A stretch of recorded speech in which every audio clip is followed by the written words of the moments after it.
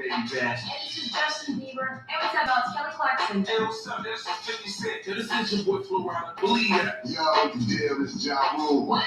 This is Kesha. This is David Guetta. What's up for Destiny's Child? This your boy Drake. Hi, this is Rihanna. Hey, this is Tom Cruise. Yo, what up? This big Snoop Dogg. Rock like y'all. This your boy Twistin' in the house. Hey, this is Taylor Swift, and you're listening to I'm listening to You're listening to Check this out. Check it out. This is Mix. Alright, what's up? This is Big Will Smith. Hey, check this out, man. It's your boy, your troll. This is Mallam, man. Hi, this is Madonna. What up? This is Lupe Fiasco. Yo, what up? Your boy, Wiz Khalifa. 36 Poppy. Yo, in the building. This is Kings of Leon. Hi, this is Lionel Richie. Hi, it's Christine Adebayo. Hey, what's up? This is JC. Hello, this is Brandon Boyd from the band Incubus. This is your DJ Godfather, Grandmaster Flash. This is Flea from Red Hot Chili Peppers. Hi, this is Eric Hopkins. Let's sit down. What's up? This is Jesse. Jay. Not me. This is radio like you never heard before. Elective TV radio, a pathfinder for radio. Elective TV radio, we dare to lead. Elective TV radio, defining broadcasting. Listen.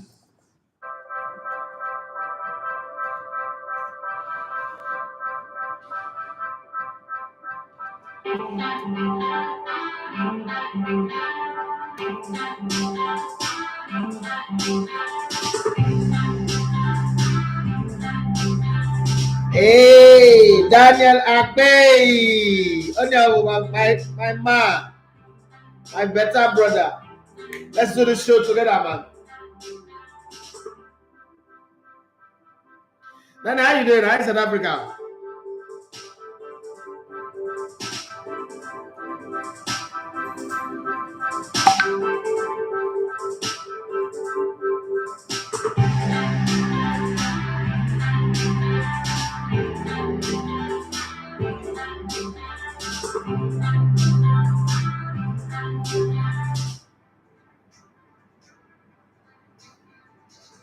Okay.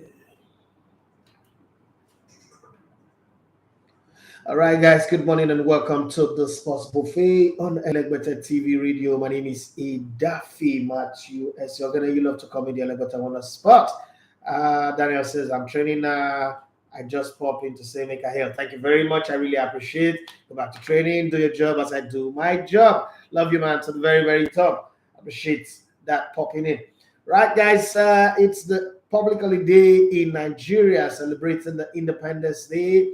And it's been a very, very roller coaster ride. It's the Ireland and Foden show, the Manchester Derby, and is the Arteta and Arsenal show in the London Derby. Arsenal, not London, is red. Barcelona top of the Liga. Bayern Munich bounce back on Friday with a win and all the other things. Napoli also finding a win. Drama in Nigerian football. The Honorable Sports Minister has set up his own league management company, interim management committee for the league. And some people that I never ever thought would associate themselves with such rubbish. God, Akinwunmi, why? I saw his name there. I don't know. Maybe I would like to hear from him personally. He's my guy. So what you do with your guy is you call him and say, guy, what's up? What are you doing here? Okay. So I'm not going to judge. I'm not going to jump up and just say things. But immediately after this show, I think I'm going to put a call to him. He's in London.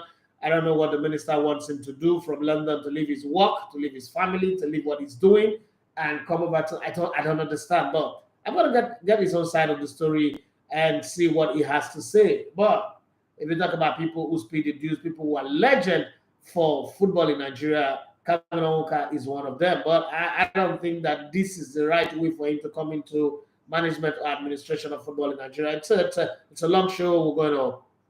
We might shoot past the 1 hour. It's a public holiday, depending on the audience that we have here, because a lot of people might just be doing their holidays and be having their own fun behind the scene. As Patrick is already there on YouTube. A lot of you guys are already there on Instagram, going in and coming out. But let's look at all the headlines that we've got today. Before I bring you up to speed with the news of the day, let's talk about some of the headlines. Don't forget that I've got my sidekick in the building, Benedict Eki, Tennis Sensation, who's my sidekick. Benedict, good morning and welcome to the Sports Buffet. How are you doing? How was your weekend? Good morning to you, Mr. Edo. Okay, my weekend was good. How was yours? Fantastic. Happy Independence Day to Nigeria. I'm so happy to be here. All right, let's take it straight up to the guys out there. What was your favorite moment of the weekend? Yeah, Nigerian Football Federation had its election in Benin after all the threats, court case, bombing, blood will flow. Ooh, stakeholders that does not have people who cannot live up to their threat and able to take serious. Well, next time when you threat, be very, very ready to go up on it. And if you can't, then shut up. Okay, that's the way I say. We have a new sheriff in charge of the Nigerian Football Federation. The NFF have a new president and a whole lot of things. I'll give you all of that in the new segment. Manchester City seem unstoppable, especially when they're playing against the so-called the perceived big team. There's just something about them.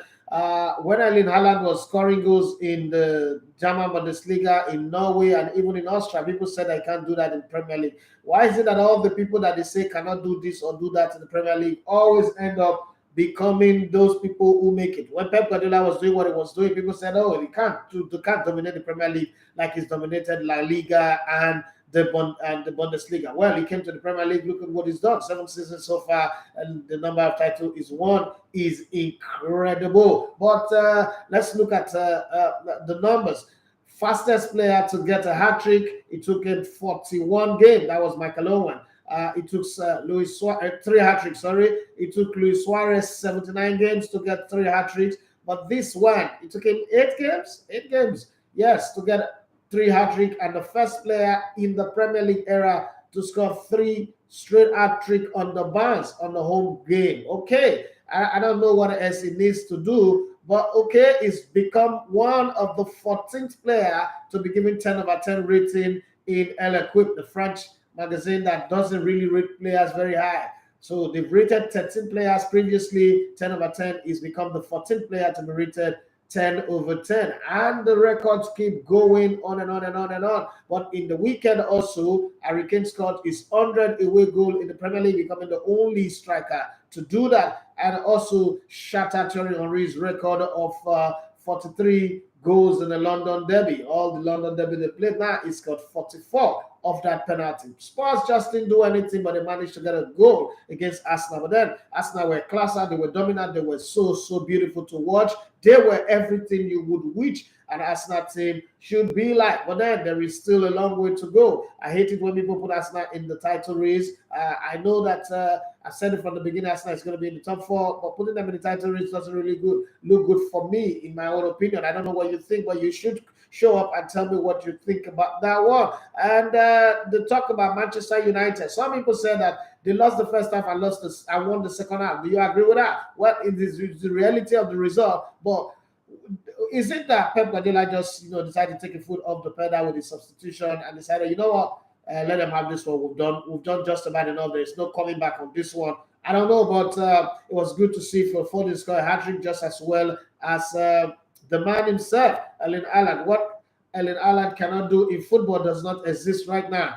Even though he can't be a goalkeeper, he can't defend. But then he's also become the first human being to have lesser touch to goals. Okay, he doesn't touch the ball that much. He doesn't run anymore. All those bursts of pace that we used to see of him, he doesn't have to do it anymore. Remember, Man City employed special physiotherapists to always manage his muscles. They came prepared. Erling Haaland is not an accident. It's not something that they just signed. They signed this boy and they planned for his signing. They brought in some special doctors, special physiotherapists, got in some special equipment to manage his muscles so that at no point would Erling Haaland get involved in those 18 injuries that he got while playing for Dortmund. That's what happened to you when you play for a big club. They take care of you, not just only the football, but you all right. They even put somebody to manage your family needs when they are coming into the stadium. There's somebody who is their handler and everything. That's what big clubs do anyway. When you roll with the big boys, you just get some special VIP treatment, and it feels good to score the hat-trick. And his father, Haaland, the former Manchester City player, not a great Man City great, but former Man City player, feeling very, very excited on the stand. Having said that, though, I'm throwing up the question: what was your moment of the weekend? Starting from Friday when Bayern Munich won their game 4-0, up until this very moment. It's going to be a game tonight, 8 o'clock, the relegation battle. Leicester City playing against Nottingham Forest. I call Nottingham Forest Club 22 now. Okay, so whenever I mention Club 22, you know I'm talking about Nottingham Forest. What is your moment of the weekend coming in? Where it could be away from football, it could be all of the Independence Day match. If you join the people who made the match, if you have something to say, tell us. If you are in the abroad and in the diaspora and you were also part of the Independence Day celebration, how it went in your area, please tell us and let us know how it went for you. But for me, it has to be Arsenal beating Spurs. You know me, I'm an Arsenal fan, and winning the London Derby is always a good one. I've always said that I want to see Arsenal win every London Derby, including beating Chelsea. I don't care if you're a Chelsea fan out there right now,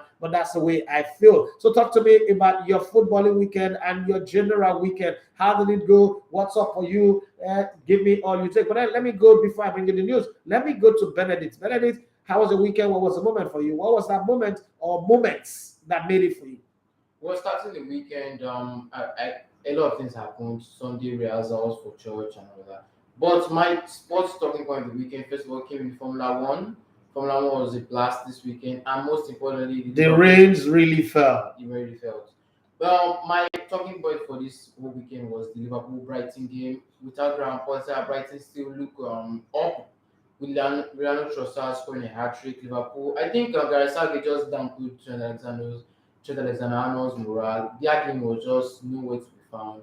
Trossard just took the advantage of him. Personally, I enjoyed that game. But my problem with the Liverpool game, why was everybody talking about Trent Alexander-Arnold and nobody talk about Virgil van Dijk? Is it that Virgil van Dijk have a voodoo priest that make people forget about the mistakes? The third goal, that was Virgil van Dijk 100%. The ball practically went through him.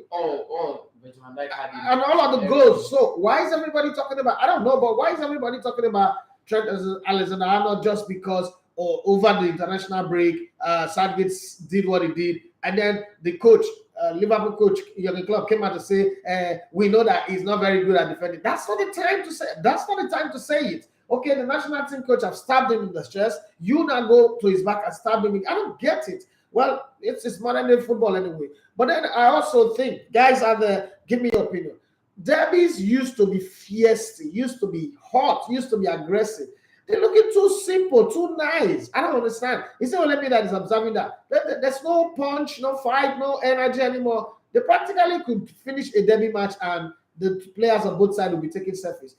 Derbies are a battle. I don't know, but let's go to the news and we'll be back to discuss a whole lot. But until I come back, please help me with what you think about your take on the weekend. Everything that happened, for as long as it is not libelous, please put it on the conversation, put it on the comment section. We're going to come back and deal with it. Okay, the headlines from today's news segment, packaged and put together beautifully by my own very brother and friend now.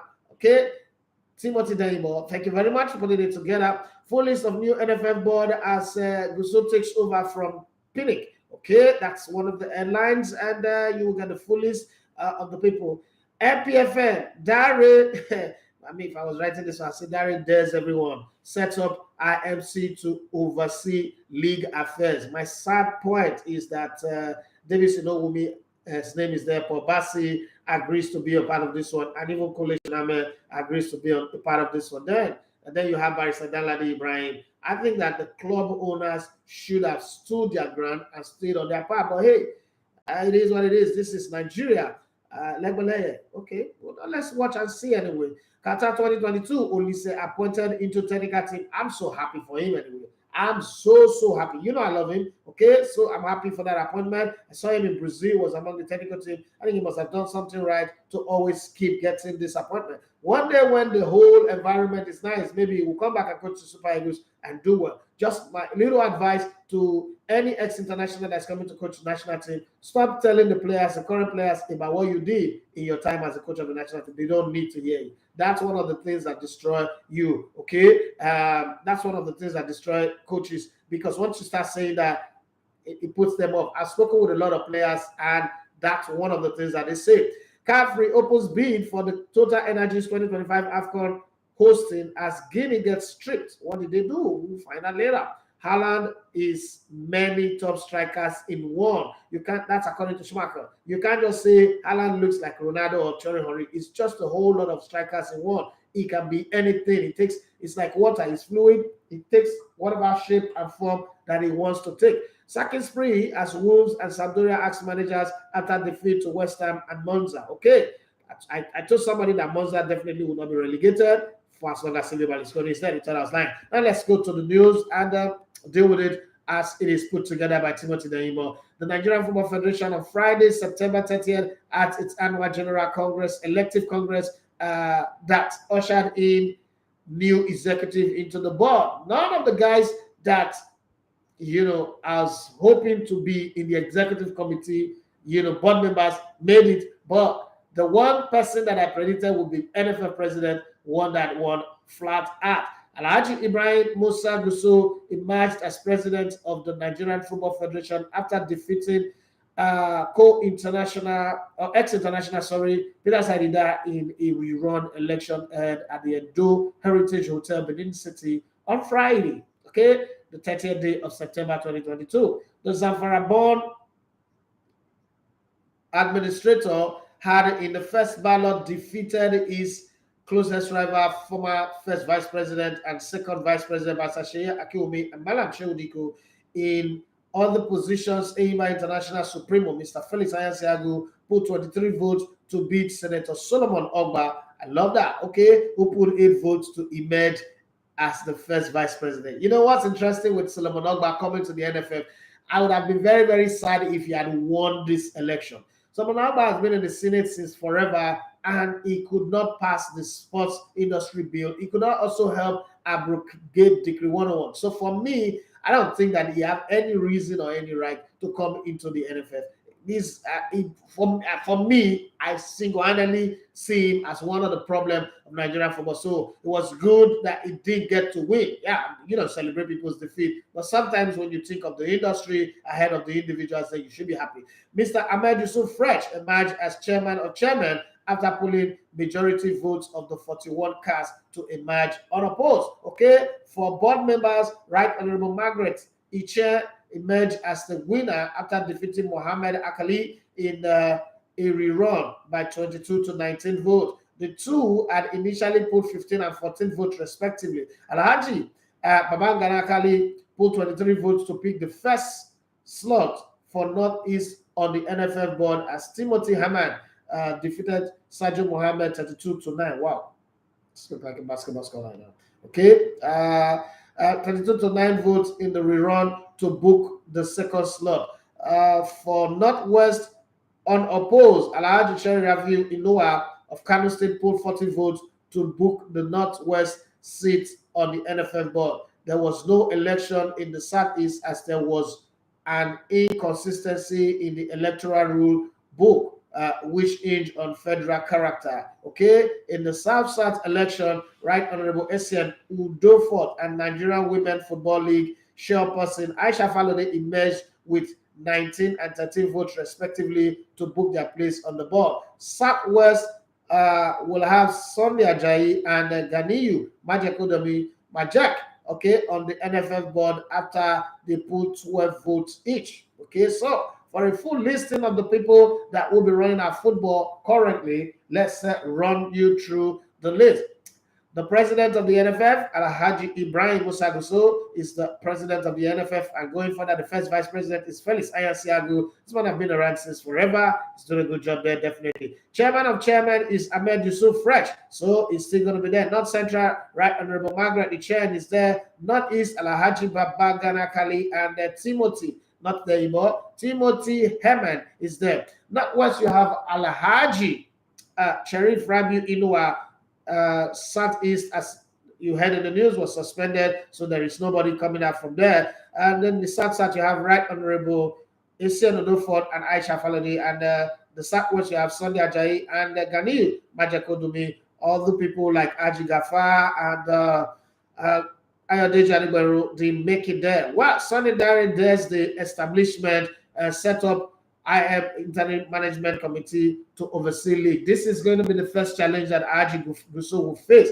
And I think that is a card that he's playing because his candidate didn't win the NFF presidential election. I'll bet you if his candidate that won the presidential election for the NFF, I'm not sure this would happen. But then look at the people on this list carefully, okay? You would understand his Southwest agenda. I'm not one who talk about try that much, but look at it carefully, you would understand the Southwest agenda. But let's see how it goes. The reason for all of this is my own opinion now, is people see that there's money coming into the league now, and everybody want to have a slice. So if I put you there, you're going to give me kickback. But this is Nigerian football. Let's enjoy the whole drama. Let's see how it goes. But I'm wondering, I'm amazed that Collectioner's name will be there. I'm going to put a call through to him later in the day. Like, guy, what are you doing there? Why did you agree to this? What's going on? You sign up sponsorship with LMC. You put your money there. And Amokachi is there. Ooh, Jesus Christ. This ex-international. It never ceased to amaze me anyway. But let's see the story. What the story is. The Federal Ministry of Youth and Sports Leadership Solidarity has set up an interim management committee, IMC, to handle the affairs of the league until a professional league board is put in place. The minister earlier in September prescribed the league's administrator, the league management committee, as illegal and had its its license withdrawn. How does the minister have the right to withdraw a license of the body that is not affiliated to it? I don't understand that anyway. But let's keep our fingers crossed and see. In a statement signed by the Director of Press and Public Relations of the Sports Ministry, Mohammed Manga, an 11-man committee was set up, which consists of 4 club owners in the league. They are Benga Elegbeleye, chairman. Some of you don't know who Benga Elegbeleye is. You will get to know him. I used to be with Sunshine Stars, if I'm not mistaken. He used to be running things in the Ondo State Football Federation. Let's see how it goes. Paul Bassi, who's the chairman of Aqua United, is not the vice chairman. There is no who's supposed to be the chief executive officer of the LMC, now the head of operation. Kule Shaname, who's the owner of Remo Stars. Now, this is amazing. I'm just imagining bringing Todd Bolly to become a member of the EPL.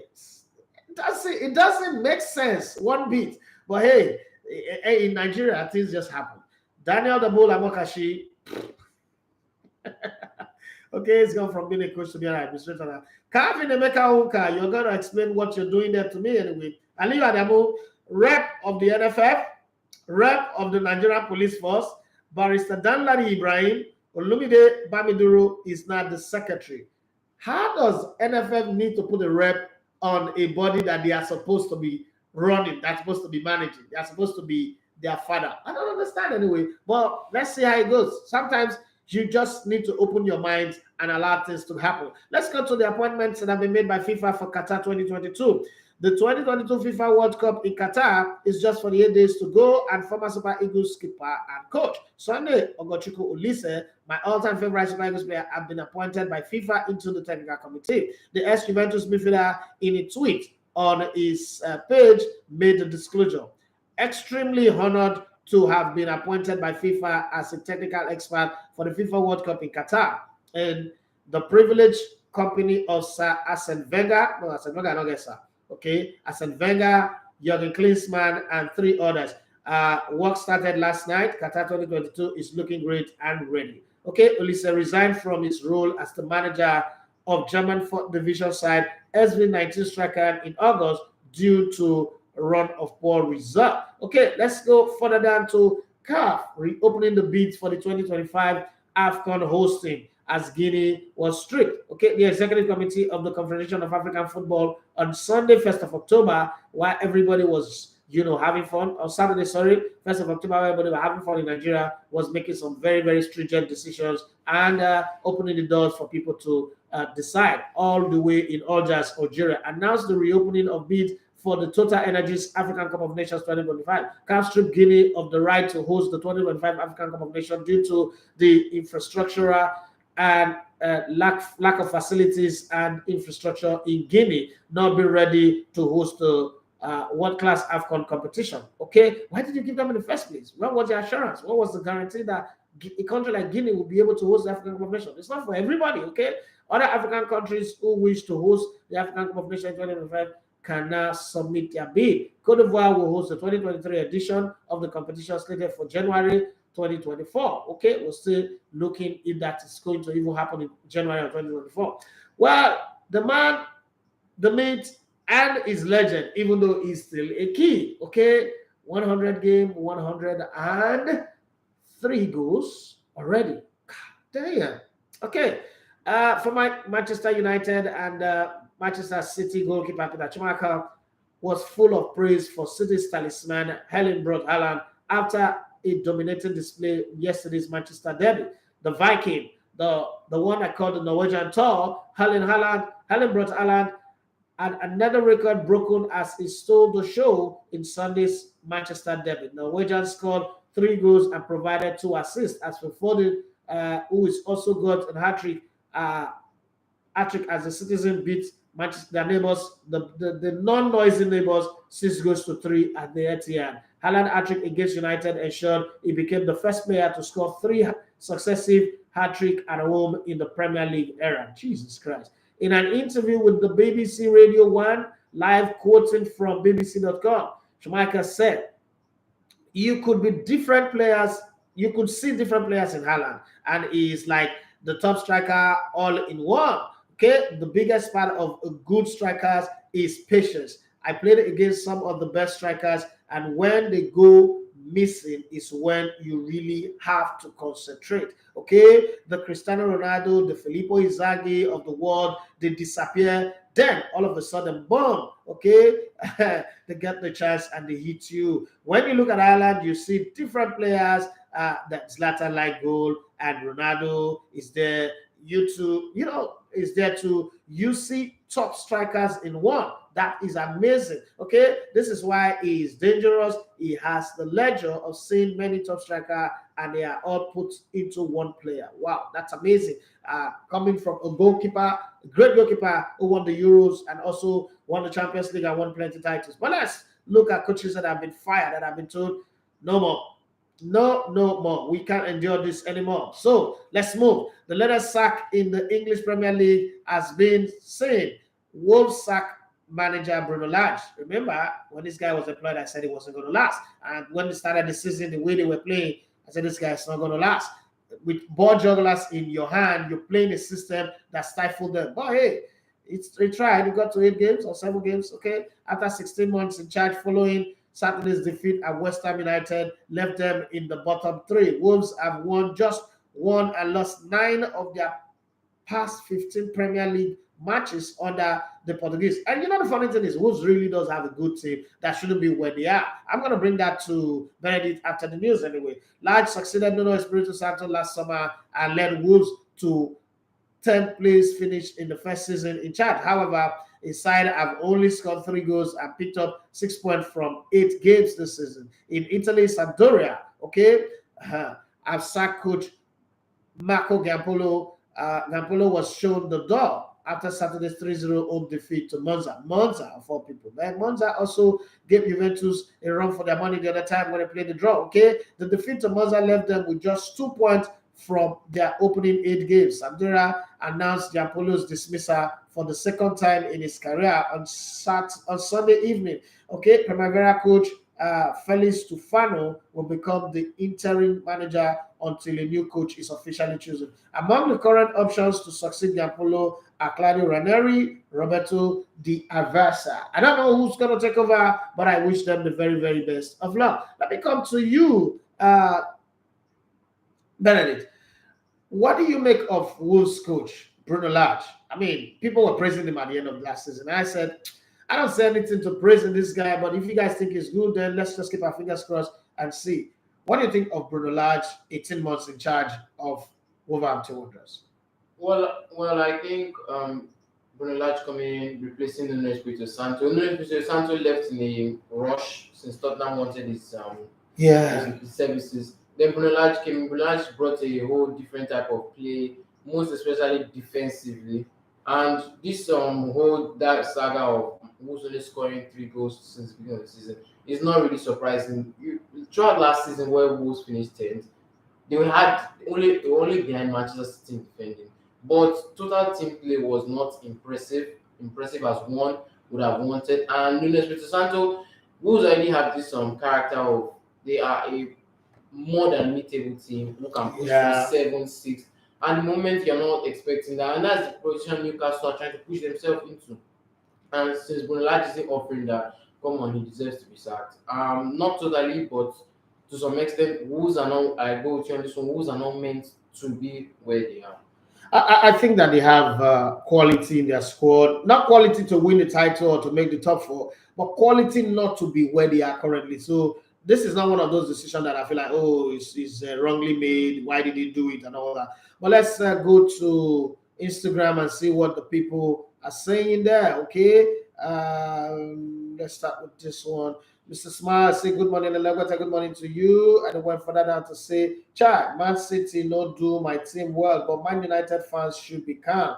Now, our senior brother will play. Oh, now Man City is your senior. I thought they were noisy neighbors. I thought they were not achieved. Hey, now wow, the first shall be the last, and the last shall be the first. Now they happen here. So, Mr. Smile can't wait to play Everton. Man United to play Everton. Everton go beat you now. Everton will beat Man United. Though. That Everton that does not know how to lose. They play to the death. Okay, so those guys are playing like they are playing street football. They are not, this easy play that people are playing. But in all of these defeats, that Anthony was a bright light. I know that Anthony Martial came from the bench. I was ashamed. I scored 2 goals.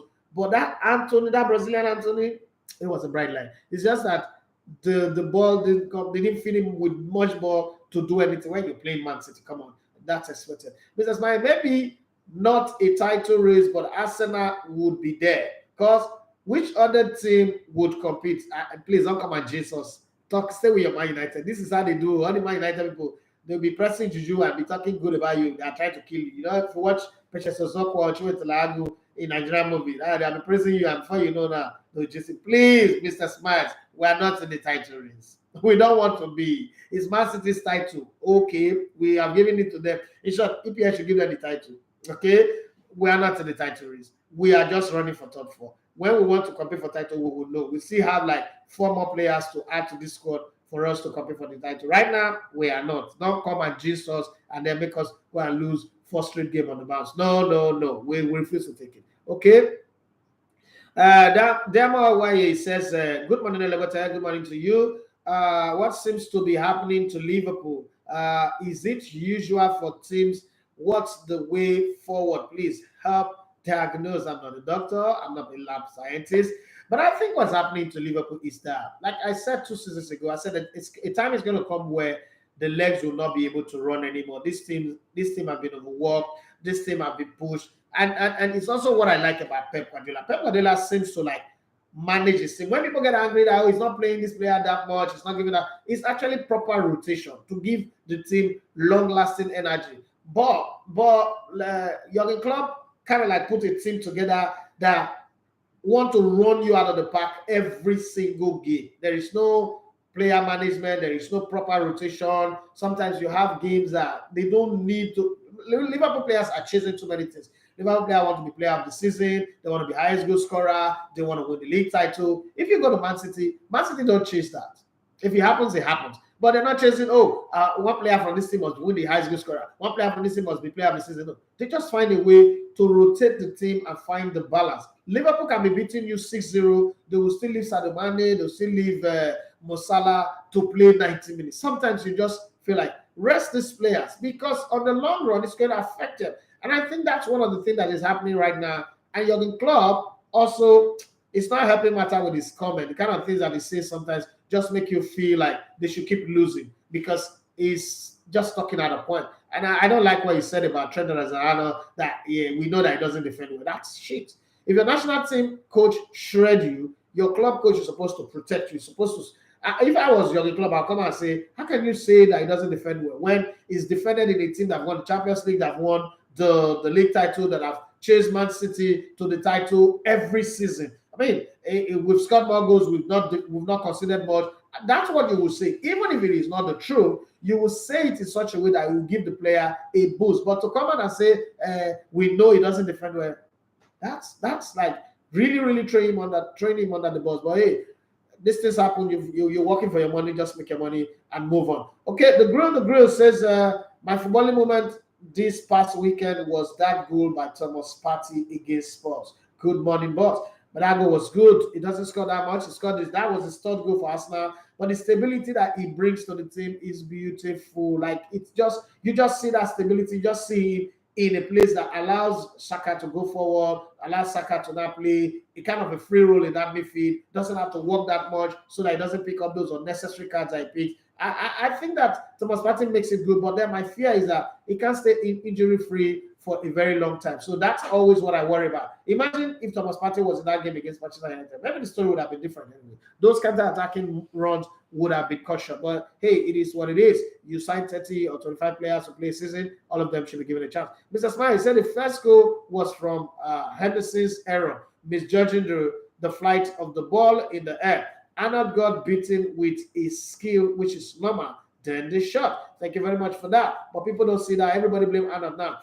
This Dari, NFF, MPFL Minister Shah, he should go and rest a bit. We're waiting, don't worry. It's not going to take again, and election will come, new government will come. So all of this drama, it's just between now and me next year. Cars underscore 3478, brother man, how you doing? He said, good morning, sir. How was your weekend? I hope you enjoyed the trashing man you received from Man City. No, the one that we both talked about. I told you Arsenal was going to beat. I told you were here. I told you Arsenal will beat Spurs. You said, you just start saying it because you're a fan. I said, no, I know that we will beat them. But that is if Thomas Partey plays and we don't have injuries, we will beat them. And then that's what happened. That was my interesting part. But I just love seeing Haaland score goals. That's the way he scores, the way Kevin De Bruyne disappears and then gets the ball and know exactly where to put the pass. All those are very, very sweet. Mr. Smith said, Monza midfield, Sensi, Pessina, and Co. They could be fine, Sha. Yeah. Uso Amaka Onoa say, Man U fans, when them lose to console themselves, they praise Arsenal. Mr. Smile, that's for you. No, I'm not involved in this conversation, but that's a stone for you. That's a stone that came from nowhere. It just hit you. The Ramola underscore SD, he said, bros, I think Man U should be cut some slack, okay? They defeated Arsenal and Liverpool, and those games were in luck. They have a better standing than Liverpool currently. I think they will get it right, but okay, so you say we should cut them some slack, but you not put but again. I don't understand what's the but in the conversation. When I was in school, they say but is a word that disqualifies it now. Okay, so I don't really get your but in this matter. Why would we cut them some slack? They brought in Eric Ten Hag, baby Pep Guardiola. They signed it. They have Varane, they have Cristiano Ronaldo, they have Casemiro, they have Lisandro Martinez, they have Anthony. Who don't they have? They have Martial. They have Eriksen. They were other players that they said the coach needed. The only player that didn't come was Frank de Jong. So if they are not doing well, we've got to say something. We can't be cutting them some slack. No, that doesn't work. Papa Jamia said, good morning, Daffy. What can you say about Haaland and Cristiano Ronaldo games? I can sense that if he continues banging loads of goals as much as CR7 fans might rate him, I don't understand. Continues banging in loads of goals as much as CR fans might rate him above Cristiano Ronaldo. Bros, I don't understand what you write there, Sha. Fans might rate him above Cristiano Ronaldo in the future. It's not Cristiano Ronaldo fans that will rate him. He would build his own fan base. So Cristiano Ronaldo does not have exclusivity to fans, okay? I don't think that it has to be Cristiano Ronaldo fans. The fans that are following Haaland right now, some of them are Messi fans, some of them are Ronaldo fans, some of them are Zlatan's fans. They are just football fans. Football fans love good football. They love a new hero every time. And I remember I did a show here one time when I was saying in the middle of last season, I said, if you give me the option of choosing between Kylian Mbappe and Haaland, I would choose Haaland. Everybody said, no, Haaland is injury prone. They would choose Mbappe because he got speed, he can score goals, he can create. Well, you see, I always win in this argument. You guys should stop arguing with me. I always win. Okay? Castle has got 347. They said Man U's trophy this season is beating Arsenal and probably Liverpool. I agree with you. That's the argument that all their fans are putting forward. Who's on top of the league table? Arsenal. So they should be arguing about beating us or not beating us. Okay, Papa Jamie said, what does he add to his game apart from banging goals that Cristiano Ronaldo didn't? Why are you bringing Cristiano Ronaldo in the conversation of Haaland? You want to create a Cristiano Ronaldo Haaland conversation. It's a non-existent conversation. Cristiano Ronaldo belongs to yesterday. Him and Messi have their own battle already. There is no need to bring. And see, we cannot use Haaland to rubbish Cristiano Ronaldo. Cristiano Ronaldo have lived his mark. I've done everything. Whatever he is. How many people get to the age that Cristiano 37 and I still sign on by a big club like Manchester United? Okay, so I'm say Manchester United is not big again, but I still sign up to a top club in the EPL. I don't think there's anyone. So we're not going to use Alan, who's just at the beginning of his journey, to measure Cristiano Ronaldo. I think it's disrespectful and it's a non-conversation. I'm not going to use my show to have that conversation. It doesn't really come good as far as I'm concerned. Do you think? Let me go to Benin. Do you think we should have a Haaland Cristiano Ronaldo conversation? No, it's not necessary. It's not necessary. Although Haaland might be a bit upgraded Ronaldo of this season, but that conversation is not really necessary. It's not even upgraded Ronaldo. Haaland is Haaland. Ronaldo is Ronaldo. I don't even want that. Well, anything you want to say about Haaland, just talk about Haaland and leave Cristiano Ronaldo out of it. I'm richer than my father. So bloody what?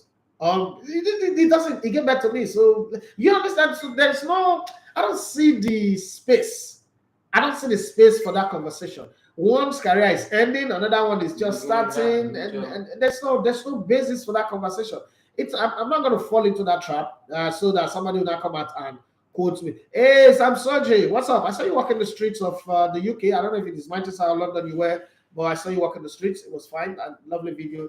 Mrs. Smart, it said everybody still they use big club I look Man United. Yes, we are not, but in football terms, no, Manchester United would always be a big club. Forget all those stuff, that modesty that you're trying to form. Manchester United will always be a big club. If you talk about the top 10 richest club in the world right now, Manchester United is going to be there. If you talk about the top 20 clubs with the biggest stadium, Manchester United will still be there in the conversation. You talk about wealth, Manchester United will be there in the conversation. Talk about salaries, Manchester United will be there in the conversation. It's not only winning trophies that make a club a big club, okay? Paris Saint-Germain is regarded as a big club. They've not won the Champions League. They've only played the Champions League finals once. Arsenal have only played the Champions League finals once. They are seen as a big club. They've not played the Champions League for God knows how long, but they are a big club. So you're not going to wake up and say Manchester United are not a big club. Oh, no, that's not true. They are a big club. They're just going through their tunnel moment. They are going to come out of it, and they are still going to be seen as a big club. I don't care what happens to Manchester United, but it's not enough for me to not see them as a non-big club. Oyebushin, greetings to you as well. Mr. Smiley said, I already predicted 5th before season started, but what I want to see is improvement, which we are seeing, and Ten Hag is adapting. Okay? As a Man United fan, if that's your position, that's fine. And he went on to say, it's not a quick fix. It's just had to be Man City to spoil the party. But I'm not really bothered because most of these players won't be here soon. Okay, you're really writing an epistle, Mrs. Smiles. He said we have backline that can build from the bank, but our keeper doesn't facilitate it. So it's more pressure, but we managed it up until Man City. And how many Man Cities are in the league? Okay, no problem. Your phone is helping you to type something different anyway. The result was bad yesterday, but no need to force. I trust Ten Hag. The signs are there. Super Sam, you say back in Nigeria, bro. Oh, welcome back. I think, Sam, you are one of the few people who make Nigeria and the UK room and parlor. So you walk into your room, which is Nigeria, and you walk into your parlor, which is the UK. I think it's time you have a private jet.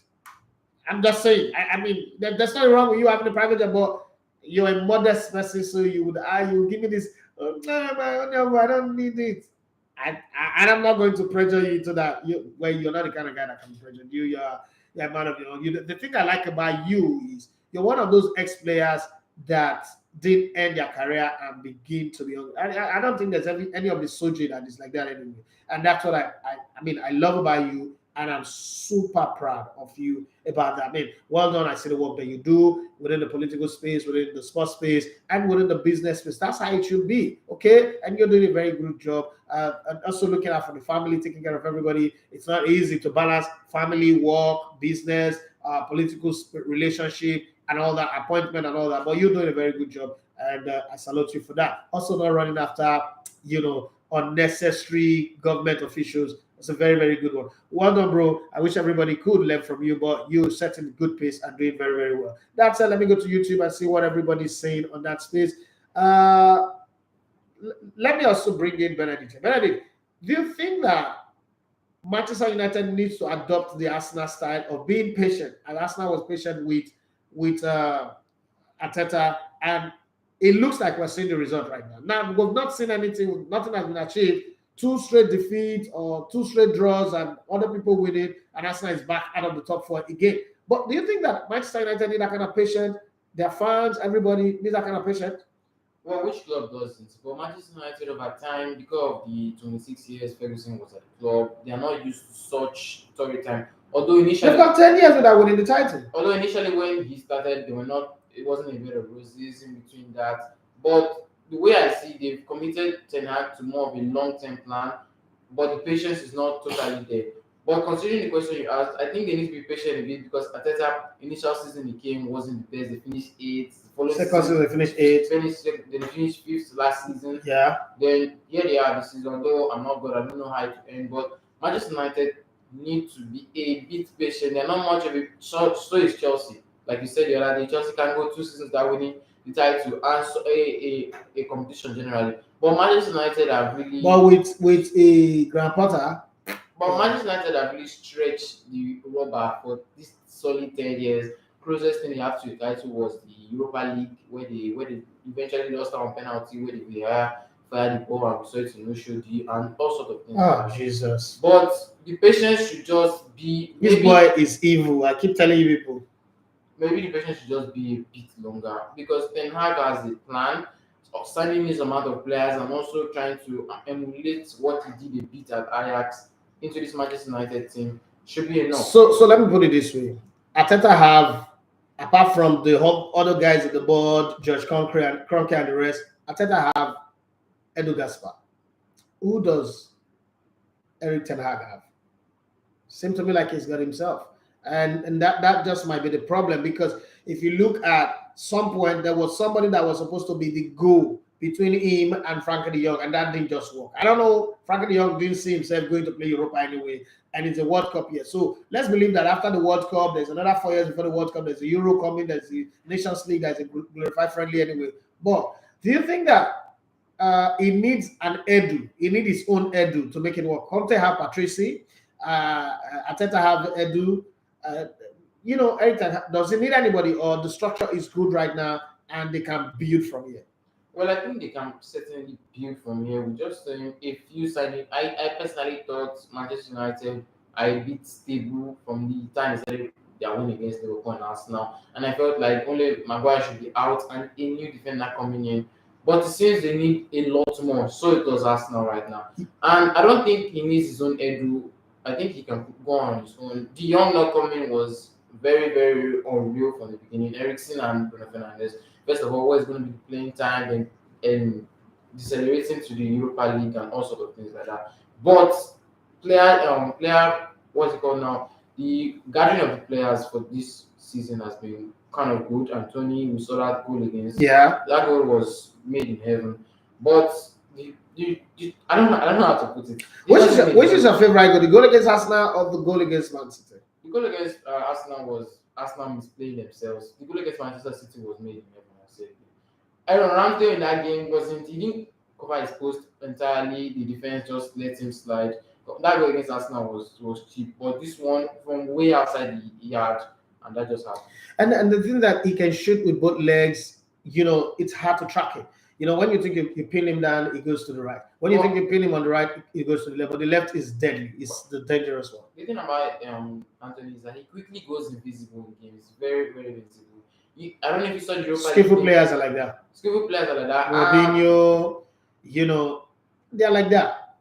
But the goals and the returns, especially that game against in Europa League against Sheriff, it was just like as if he died and he buried him. Then after the game, they were like, come out, match don't finish, that kind of play. But I think he just needs to make sure his presence is known more. It's just like an Erling Haaland. Like the statistics are favoring Erling Haaland these days, few touches, then getting goals. As at the time he scored his first goal, only 7 touches he had. Then on this other game, 3 touches only in the game, and he already had a goal. But Anthony is not in Haaland. I think he needs to make his presence more felt in the Premier League. Well, for a player like him, he needs people to supply him the ball so that his presence will be felt. Do you also think that you agree with the school of thought that said that Manchester United should have go all out attacking? I don't agree, but I want to know your thought. They said that sitting back against Man City was bad, but I asked the question, and then the argument again went further to say when they came out in the second half, they scored 3 goals. I was tempted to agree, but I'm saying if Man City was not leading 4-0, you think that they will come out like that and attack and score those goals? So do you think that sitting back yesterday, the first 45 minutes, was bad?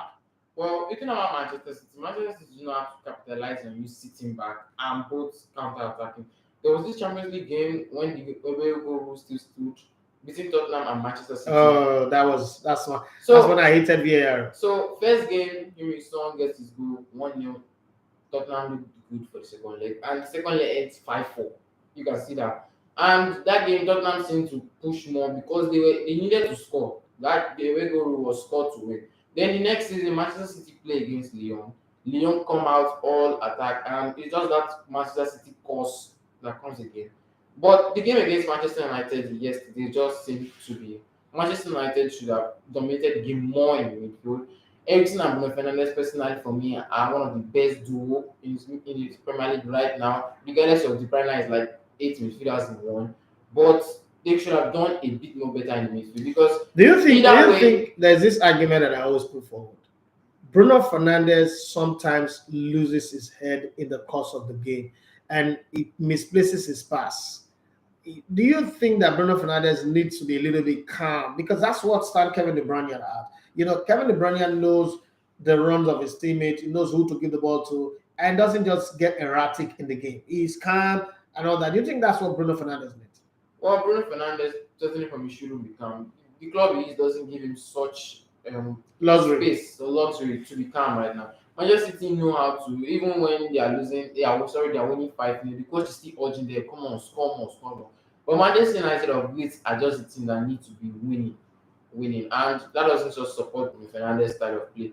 If the good is coming through, the press are going to get good for you. If it's not coming through, it's just going to be the other way around. For me, Bruno Fernandes should continue what he's doing. You know, the initial season when he came, although most of the things he did came from the penalty spot and the luxury, because there was no brilliant Manchester United player that, especially of Mason Greenwood and Marcus Rashford, which meant he had a lot of time and space. And Ole Gunnar Solskjaer really believed in him because immediately came. I for one don't like the hero ball that you always want to play. Like, that thing that makes people talk after. Did you see that ball? Did you see? I don't think you need. My friend to me that always say simplicity is the best form of complex. Sometimes just keep it simple. Okay? Sometimes just knock it here, move into space, get the ball again, knock it. Berbatov. I would envisage in trying to be a Berbatov. Give you one, run into space, collect the ball, run into space again, get the ball. You could do it from defense and still go be the one who scores the goal. But that one magical pass that you're looking for that will make everybody say, wow, they were defending and all of a sudden you got that ball and then he just put the ball, he used one pass to eliminate 6 players. It's not going to always happen. It's not. In football, that doesn't happen. It happens once in a while. The man who was a master of that, Manuel Ricosta, doesn't even do it every time. I think I did it about 5 or 6 or 7 times yesterday. I lost count somewhere because I was just between that match and some other games. But I just don't know. Let me go to YouTube and read some of the messages that are there. It's Patrick started us off with saying, good morning, boss. Good morning to everyone. And then Oduni Ramileko showed up and said, good morning, boss. And then he went on to say, what am I interesting weekend from the London Derby to Manchester? Okay. I don't know how you put that, but that doesn't come out clear. It's Patrick Nasser on football side is definitely seeing Mascom United suffer. For a Liverpool fan, saying that, it's a shame anyway, but hey, beef will always blind you of your own suffering.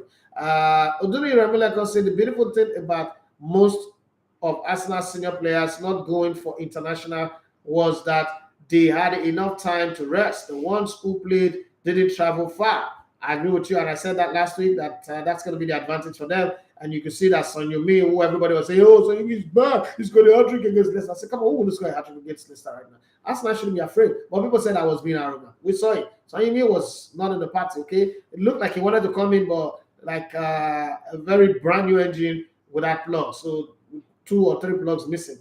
And you try to accelerate but it's not moving. It's motion without movement. Well, thank God that's not one anyway. Here's a part of it says, seeing a 3-year-old girl control the crowd during the rally on Saturday was my best moment. Gave me hope for my country's future. I saw that too, and it was beautiful. It was beautiful. That child should be looked at for, because that's how you build heroes. At one point you will say, "Oh, this was that 3-year-old child. It was nice. It was nice." Additional for my say, good morning, Elegota family. Ellen Haaland at this rate will so obliterate the existing records in EPL for goals. He is running his goal scoring table all alone. He is twice ahead of his competition. I hope it doesn't go out dry. But the thing about Ellen Haaland is, and people will misconstrue this thing that I want to say, but I'll say put it out there. Ellen Haaland is not even playing football. That's the strange thing. He's not playing football. He's not running. For Dortmund, we knew him to run ahead of everybody. Like he would be running. He's not running. He's just strolling. The only time he fought for a goal was the header. The one he scored, okay, the Kevin De Bruyne pass, was a little bit of stress like Zlatan Ibrahimovic, but there is no walk. That guy can play 10 games under Pep Guardiola on the stretch and not even sweat and not soak the jersey that he's wearing, because he doesn't run. He runs more when he's celebrating a goal than when he's playing the match itself. I don't know if you guys agree with me, but try and observe Kevin De Bruyne, Erling Haaland properly. The most time he's running is when he's celebrating the goal. Any other time, he's just strolling, more like Muhammad Ali, more like he's just telling them that, look, I'm floating like a bee, and I'm floating like a butterfly, and I'm going to sting you like a bee. Because sometimes he just doesn't, but he understands timing. I don't know who taught him, but he understands timing and he understands position. So for him, I don't even have to touch the ball. I don't even have to walk. This is not Austria. This is not Bundesliga. This is not Norway, where I have to carry the team on my shoulder. In this case, the team is carrying him on their shoulders and making it easy for him to score. The only thing I ask myself is, why the hell did they sign Kevin Phillips? When is he going to play? Manchester City practically have eliminated Kevin Phillips from the World Cup. I don't know about what's your take. And guys, joining in this conversation, why the hell did Man City sign Kevin Phillips? Because even in matches where Rodri is not playing, Kevin Phillips is not on the bench. But what is happening? as for me, concerning that World Cup aspect, the press support they can rise all the way. Kevin Phillips is not their man. He played in the last World Cup.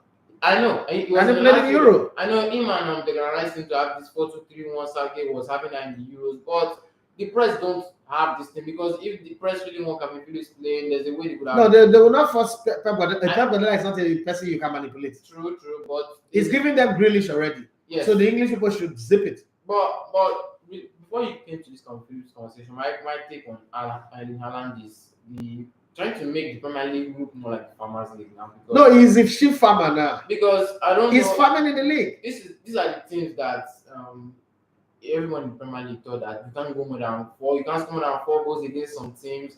In some cases, West Ham are better than Sassuolo 100 times, that kind of thing. But just coming now, scoring 3 consecutive hat-tricks, it just kind of makes me scared, because in this. Have they played Norwich City? Nottingham Forest. Yes, they played 6-0. And then Haaland scored a hat-trick too that game. Have they played Leicester? No, Manchester City haven't played Leicester. Okay. I'm looking at the possibility of more hat-tricks this season. That's what I'm just looking at for. But I'm not just happy with that. No, I'm a hater of, but the goals are becoming too much. Please. It's going to make the Premier League look like every other league in the world. That's why the Syria. The only reason why I watch Syria is scoring. People go say Lekwa no more. What can I say? Me see Wala and this boy. What are you saying? That it should not be scoring goals? It's too much now. It's too much. It's just making it like a Syria score me and score you, which is interesting to the Italian audience, by the way. But this thing is too much. So what should be happening? It should be scoring 2 goals, 1 goal, defending for me. This is daylight wish. No. Man City are just going to override the whole Premier League. The point gap eventually might be too much, because in Haaland. No, they're still dropping point now. They've drawn 2 games this season. But the thing is, which other team has the attacking prowess to say, okay, this defense might go up today? Because Ruben Dias and Justus knew back then are not who they are. But the Premier League is not offering that. Liverpool are not in good form. Chelsea won surprisingly. They say Tottenham are a solid side. Tottenham attack is kind of good, by the way. They have Kulusevski, they have Richarlison, they have Harry Kane, they have Son Heung-min. Come on. But if Manchester City had to play Tottenham today, Ayala might score 9 goals in that match. Blood of God. I give up on this boy. It's not. Let me read all the messages on Instagram, YouTube. I'm coming, but this boy is making this show look bad now. Mr. Smiley say, and okay, that's not where I stop. Okay, this is where I stop.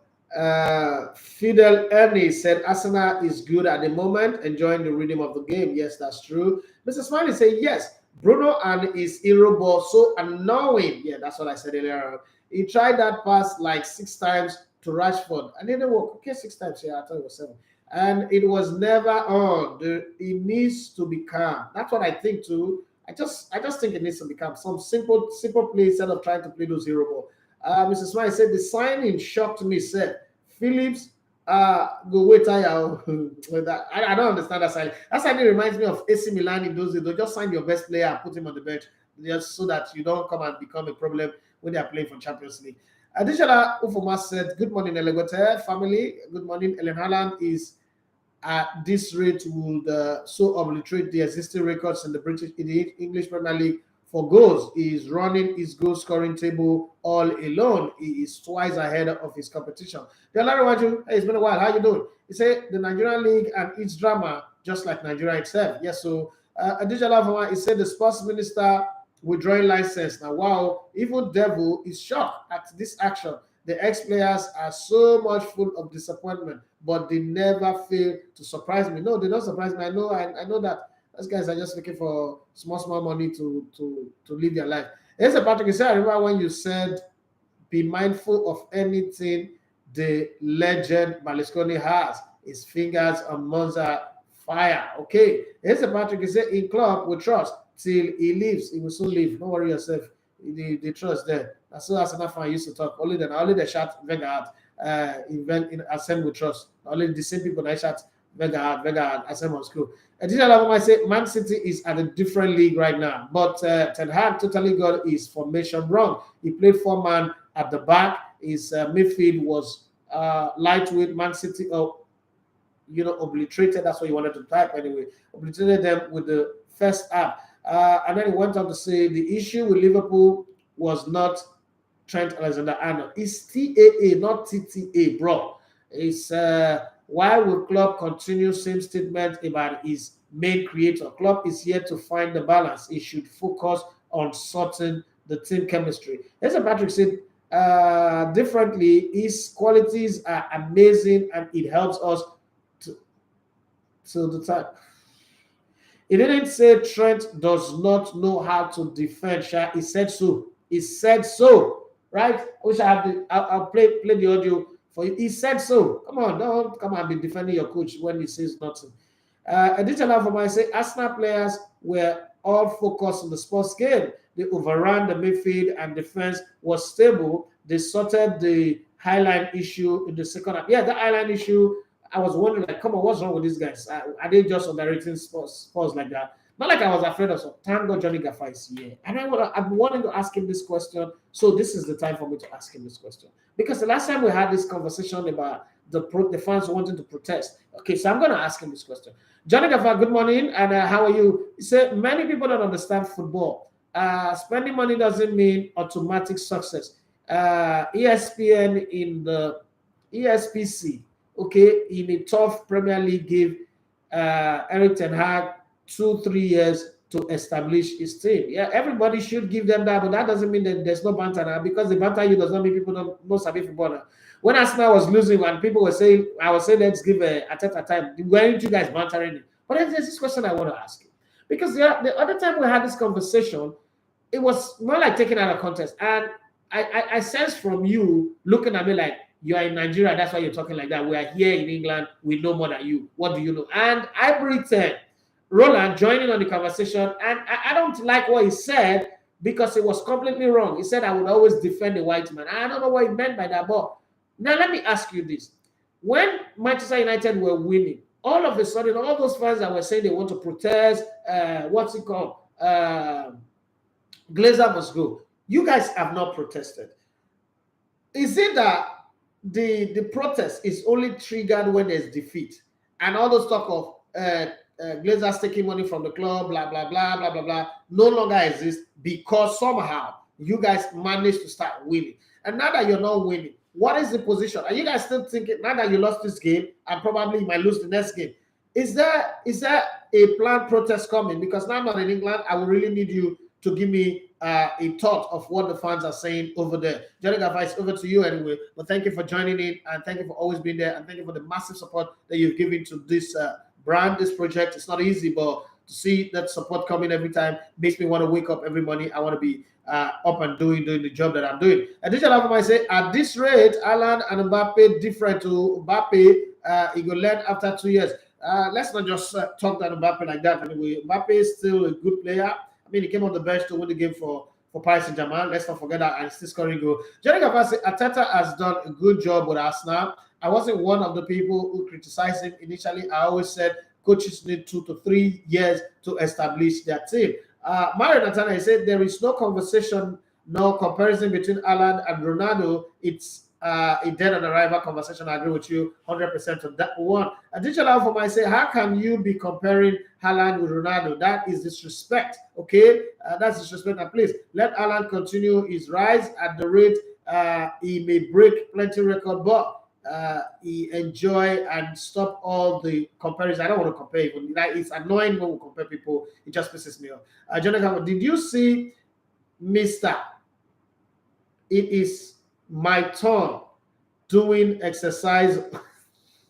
Yeah, I saw the video. And let me be very, very honest with you. Underrate Tinubu at your own peril. That's what I will say. The crowd that I'm marching is beautiful. There is a unscripted revolution going on in Nigeria. But like I said to a lot of the people on Yemi Osinbajo's side during the primaries, one of the things that I always say, I think about life like football.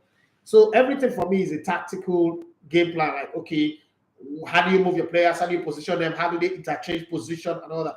So that's how I look at life. I don't know how to play chess. I'm sorry. It's a shameful thing to admit, but I don't know how to play chess. But I know how to play football. I've coached it, I've played it. And I always look at life from that. Anything I do in life, I look at it from a footballing perspective. Sometimes that player that is very quiet, that player that is not making noise, the Izagis of this world, the Ruud van Nistelrooys of this world, the Haalands of this world, they are the ones that will kill you in the race. The ones that are hitting the poles, running, doing dribblings, all those ones, they just might not win you anything. Aubameyang is a very good example. So you need to understand that all of this thing that this guy is doing, I'm looking at the guys behind the scene for him. So Obi is riding the wave of the fans. It's beautiful. I hope that all those fans have their PVCs and they are ready to stand their ground. Remember when Ambode won the Lagos election? I will never forget that one. We all know that Agbaje won that election, right? But say whatever you want to say. Who stayed in the Lagos house for 4 years? It was Ambode. So I'm looking at this guy and I'm saying to myself, it is not over. It is not over. But yeah, on a lighter note journey, I saw Baba riding bicycle, trying to prove his fitness. I think he had signed for Manchester United, so that was his fitness. He was doing his medical, and I hear he passed his medical. Okay, Mario Natalia, I say, Johnny Gaffa, he don't eat agbado, na so he don't get automatic youthful strength. Okay, let's be careful. Let's not underrate that man. No. Ugochukwu Iriobu, you said Gusau was going to win the election, and he did. Do you think his experience would help grassroots football and MPFL? I wouldn't lie to you. There is so much crisis within the football space, and what the minister have done is set Gusau up for failure.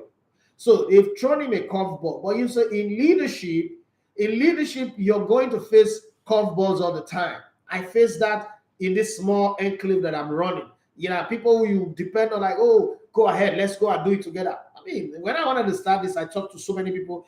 And I remember one guy told me that, oh, he's doing one transfer that is going to send me 100 million to buy equipment and set up properly, because the idea that I shared with him was great. And that's what moves me to rent this place and set up. because I was already calculating 100 million is coming. Because the conversation was so deep, we've been together, I've helped him achieve some things, help him do some stuff. So I just felt like, okay, not really feeling entitled, but feeling like this is going to happen. And, it's not like a dash, it's a loan. I was going to pay back later. And I started drawing up programs. We would have a crew that would travel across Europe. The numbers will rise faster and all that. And yeah, I'm still waiting for that money. And the guy I keep seeing him spending money, wasting money on things that are not right and all that. And I just said to myself one day, I said, you know what, let's say, do your thing your own way. You understand? Your funding will come, your hard work will produce sponsorship, produce the numbers, and you will grow. So when I look at Gusau, is he experienced? Yes. He's been around just as long as Amaju. He's been in the background working in the sports space. Does he deserve to be the president of the Nigerian Football Federation? I'll say yes. Would he do better than Ahmadu PINNICK? I don't know. Would he get the backing of government? I don't know. Because election is February and then there's going to be new government. But one of the things that I always say, and I've said it to them, to those people in the leadership of the Nigerian Football Federation, is that, listen, the Nigerian government currently pay its debt, loan repayment with about 85% of our national earnings, meaning that there is no money left over. And then we're still struggling to fix electricity. We're still struggling to get our lecturers back to school. We're still struggling to fix the road. There is no reasonable government that would make money available for sports when all these budgets are, high, piling up. And then the states are also not helping matter.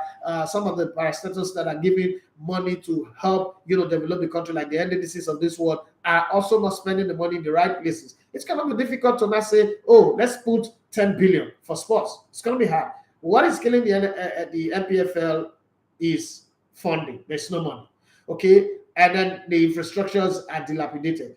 And so that is a very, very big problem. For grassroots, forget about it. There is nothing the NFF can do with that one. I'll tell you that for free. So if you want to focus on grassroots, focus on each of the state FA chairmen. Let them do grassroots from their state as best as they can. That's also why I give credit to Lagos. I mean, people might not like Akinwunmi, but I think that Lagos have done very, very well in that regard. So every state should do their own in their state, and then grassroots football will develop. Grassroots football is not really that bad in Nigeria. Let's be also honest, but we can do better. And at the LMC level, at the MPFL level, and then the NNL and NLO, maybe that's the area where we need to work extra hard. But Gusau, to answer the question directly, the answer is no. Additional for myself, Man U should better be patient to it works. Okay, they lost the structure. They need to get the football structure right, and with Ten Hag, all other things will be falling in place. They can build from there. I agree with you on that one. I think that patience would help them here, and it would bring good results in the future. I don't think Ten Hag is a bad coach, but they just need to be patient. I did allow for myself. CIA is really become so entertaining. I watched the best entertaining last 6 minutes this weekend with 3 goals, and AC Milan making sure they are granted, or the win, okay, the grind win, or what, after Empoli equalized in the 90th minute. Additional for my, he said, Man U should never have gone all attacking. Ten Hag got the formation wrong. They sat back with 4 defenders. It was a mistake. I don't understand. A mistake in positioning. They have had only 2 central defenders. How about us not forgetting that in the course of this game, Rafael Varane got injured pretty early, and that also kind of like destabilized them. I'm not holding brief for them, but let's just be fair here. Remove banter. That could also be a problem because that central defensive player have worked very well, and that happened. So it could also be a problem. Mario Natalia said, how can they attack in the first half when they could barely see the ball or connect their passes together? Temi Adelami said, you can't compare the players behind Kevin De Bruyne to Bruno. Okay, I agree with you on that one, but then Bruno still needs to be calm. Being calm have got nothing to do with the players behind you. You are the creator. Sometimes be calm because the passes, that hero passes, are all misplaced. If you're calm, it's got nothing to do with the players behind you. It's just you. Be calm. Be calm. Be a leader. Okay. Alicia Lavamai said Casemiro should have started. I think so too. Should have started that game. Haaland attacked the space, and they so dealt with Man U with the runs. Is it Patrick? He said Ibrahim has a team that makes him stay calm. He is so erratic with Belgium. Okay, that's what you think? No wahala. Does that remove the fact that what's it called? Bruno Fernandes needs to be calm? I don't understand where you guys are bringing this from. Tell me, Adela, Mr. Kevin, KDB has quality behind him. And that's what I'm saying. He's playing because he's confident in his teammates. Any mistake, he has people to clean up fast. But then that's the reason why Bruno Fernandes needs to be fast, because now his hero passes are turning out to be mistakes. That's my point. Maybe you're not getting it properly. It's not about the people playing behind him. It's just that he's losing the balls that he's supposed to have. So he's not playing turnover instead of hero ball. Or do you remember, like I said, the joy on Dybala playing with so much joy in Roma is a beautiful thing to watch. Happy for Jose Mourinho, who was watching from the bus. Okay, Dijala Ufoma, he said Inter Milan and Roma was so exciting. Paulo Dybala goal was epic. Roma create chances in games. They are yet to get the consistency in defending, but the team is really great. That's Jose Mourinho for you. But then it amazes me when a Jose Mourinho team cannot defend, because that's what he's known for. And then Dijala went on to say, the fact is not running and playing ball yet, scoring. Then you will know why it is scary if at this rate he attacks the space so well. The nine players do the work and tell him, get ready. It's like you're in the team, right? Temi Adelami say Philip made a wrong choice. I said it when they wanted to sign him that this is a wrong move. But people said I'm always against English players' movement. Well, we'll say it now, right? United would have been a better option. I think so. Yeah, I think so. United would have signed him and not bother about Frankie de Jong. Additional for myself, Kevin Phillips is injured. That even made matters worse. He was struggling to get into the team because he had slight injuries then. He injured again early September, so no hope for him. Mario Natalia, he said, until you said it now, I have forgotten that City signed him. I think that transfer is turning out to be a bad footballing decision on the side of Kevin Phillips. Additional for my say, in Leeds, Phillips will injure and people will still be waiting for him. Now on your own, Edo, nobody they wait for him. That's true. Benedict should relax. The sole aim of football is to score goals. So why wish for Haaland to slow down? I don't understand. I wish they were up now. Johnny Gaffay said, personally, I think the protest should be 365 until the Glazers are out. But in life, most people are fickle and only react when things are bad. Okay? Now I agree you justify your position, meaning that you just don't want the Glazers at your club. Okay, I can sit back now and hold my sword.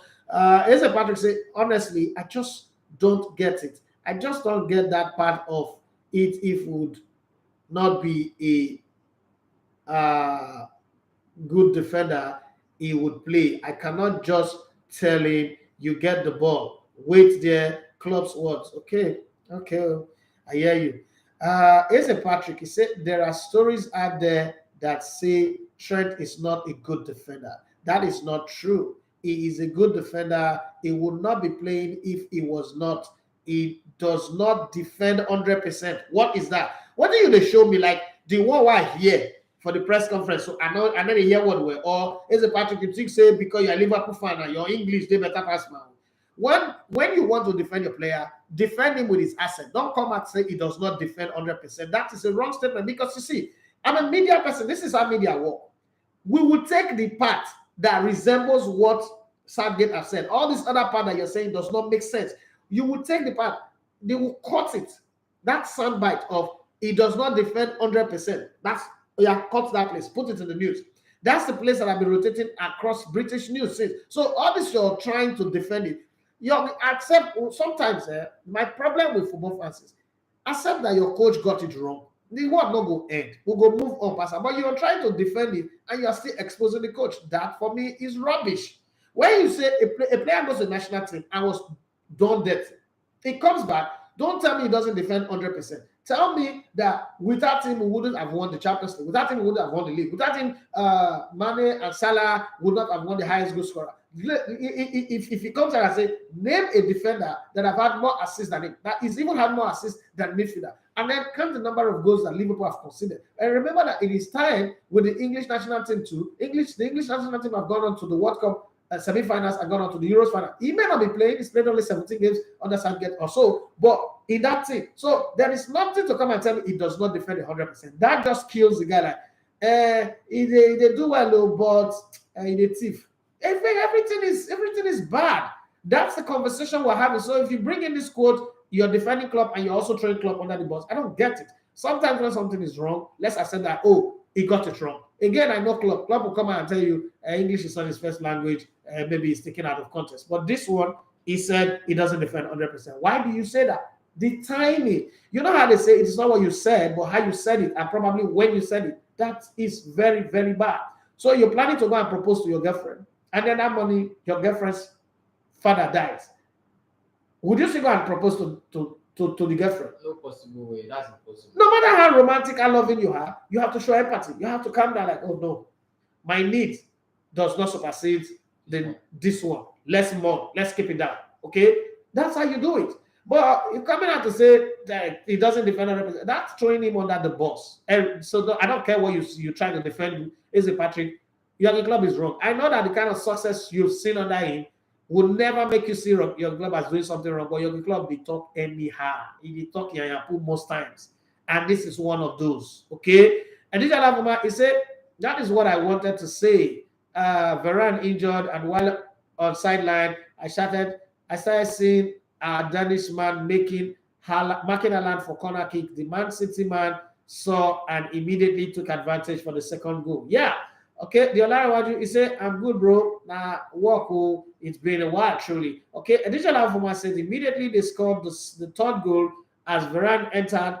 It was still struggling. Ten Hag saw that he made the subs, but by then it had destabilized the team. 100% agree with you. I can't even argue on that one. Finally, on YouTube, Mario Nathaniel say, Eze Patrick, he does not defend 100%, which is true, justifying everything everyone is saying. I don't know for Eze Patrick. Eze Patrick gets selective amnesia, and it's not a good thing. Okay, Mr. Smile has not come with a different angle to this Kevin Phillips thing, but these are the last messages I'm going to take. That's what I said about game time and or winning trophies. Okay, Mr. Smiles, Philip would win trophies guaranteed, but would remember him 2 games per season. Okay, Jesus Christ, this guy is wicked. Kenneth took him. He said, "Do you think Casemiro influenced the game in as much as he didn't attack the fifth goal?"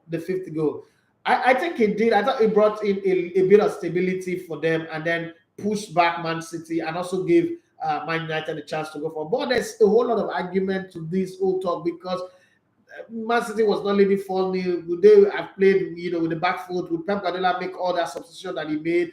And then when we make that argument finish, you will now have to say that every player that plays for Man City are good enough to be a starter. So there is really no much of an argument there. Okay, probably they took their foot off the pedal. Whatever we argue, but I think that Casemiro should have started that game. It doesn't mean he would have stopped the win, but maybe would have limited the damage. But I also think that the injury to Varane and the time that injury happened was just, I don't know, was just something that I cannot just let my mind off. I also say to myself, look at that Arsenal Spurs. Say after Arsenal scored that first goal and Spurs equalized, and then Thomas Partey go on to get injured. Hypothetically, Spurs may have won that game. All this talk of beauty, because Simi Lokonga would have come into that game and Spurs would raise their game. That red card may not have happened because the red card happened because Arsenal was always going forward, bumping forward, and then Emerson Royal couldn't hold himself, in Costa because Martinelli is just a problem to anybody that marks him, whether it's Fofana, whoever it is. So sometimes one player can really be a very big difference. And that's why I say if Thomas Partey had gotten injured, story would have been different because it's the same of us. The Arsenal team. What do you think? For me, the Manchester City game had already been won since the moment Foden scored that goal. there was just for me that already ended. There was nothing more to show, regardless of who was playing. The moment for this scored that goal, I already said that there's nothing because the previous week I was like Manchester United will come with a shock. Then, but that moment it ended. But Man City have taken a 2-goal lead against Man United before Man United still won that game 3-2. Pogba, Di Mourinho did. So it's possible, but one of the things is watching a game from the outside and being a part of the game. The whole team could be webbed around one player, and that one player gets injured and go out. The story changed. But hey, it is what it is. I'm not going to be arguing here. But I just don't want to bury Manchester United in the mud. I think that we should be patient with Manchester United. Even the great Pep Guardiola, in his first season, didn't win anything for the club. He ended in fourth, if I'm not mistaken. The lowest he's ever been as a coach of a club in his first season at Manchester City. But we'll see what has gone on since then. I think Eric Ten Hag is up to something. I'm not going to, as an Arsenal fan, we're very patient with Arteta, and I say it's paying off. And I think Manchester United should do their own all or nothing, because that all or nothing really did help Arteta, because it showed a side of Arteta that now got people loving him. People were already about matching. When Arsenal missed the top 4 last season, last 10 games, losing 5 games, Crystal Palace, Brighton and Hove, Newcastle, Tottenham Hotspur, and one other team, Burnley or so. Everybody was already matching like, okay, he should go, because he had this one in his hand. But when they start, and the timing of the release of the All or Nothing was just beautiful. When they started watching the All or Nothing and they saw how passionate he is, bringing in the cameraman, whether it's photo up or not photo up, but they just got it right. The only mistake that people were complaining about was playing the You Never Walk Alone on the training ground, and then they still go on to lose 4 goals to nothing. But everything just primed and rhymed into their element, and it worked for him. I think that if you give this man time, because today's generation likes stories. They want to know what's happening behind the scene. How if a video come out now and you see the reason why Cristiano Ronaldo did not start, the reason why Casemiro did not start, you will not appreciate why they lost 6-3, and you will not feel bad about it. But because people don't know those part of the story, they just take from the front office what they see, and then they jump into conclusion, and then sometimes it can be very, very annoying. And especially when you lose a game, your emotions are not in the right places. But I just hope that they will be patient with them and see what goes on. Unfortunately, the many years of Alex Ferguson and Howard Webb and other referees helping Man United to win titles, match fixing, will always cross the minds of people, and you say you are very happy to see Manchester United suffer. But then again, for the sake of the English league, you don't want to see the big teams really go from up here to down there. Okay, as Patrick said to me, would you take Maguire? To me, Adelami say no, I don't want to say Tomori White deserve it more. All right, I did allow for myself. Tomori deserve to go to the World Cup. Southgate is doing what they call loyalty. That's what killed Joachim Low after the 2014 World Cup in Russia, and it might just affect Southgate here. 2014 World Cup in Brazil. No, but in Russia, it's loyalty. After the 2014 World Cup, he went to Russia in 2018, trying to be loyal to the people that won him the World Cup, even when they were not informed. And we saw what happened. And then, he got it. So I think that loyalty is trying to be loyal to players that took him to the finals of the Euros, players that took him to the semifinals of the World Cup. He doesn't want to stir the ship. He doesn't want to betray anybody. But coaching, it should be about form and nothing else. Digital of myself, Tomori deserve to go to the World Cup. Temi Adelami says, please read my Trent comment. I've not seen it. Is it Patrick? He said the entire Liverpool team is not on point. Trent is just a media scapegoat. Alberta, will you take Trent to the World Cup? Yes, I would. Yes, one hand, I'll take him to the World Cup. Here's a Patrick. He said every player is below par at Liverpool now. Additional for my say, you have said it all. Loyalty will finish Southgate. That was what really happened. I don't know. To me, I don't know if there is something you wrote about Trent that I've not read. I'm trying to go back. I'm trying to see. I can't find it. He said Philip made a wrong choice. That's to me. To me again, I don't know. Kenny B has quality behind him. I think I'm done with that.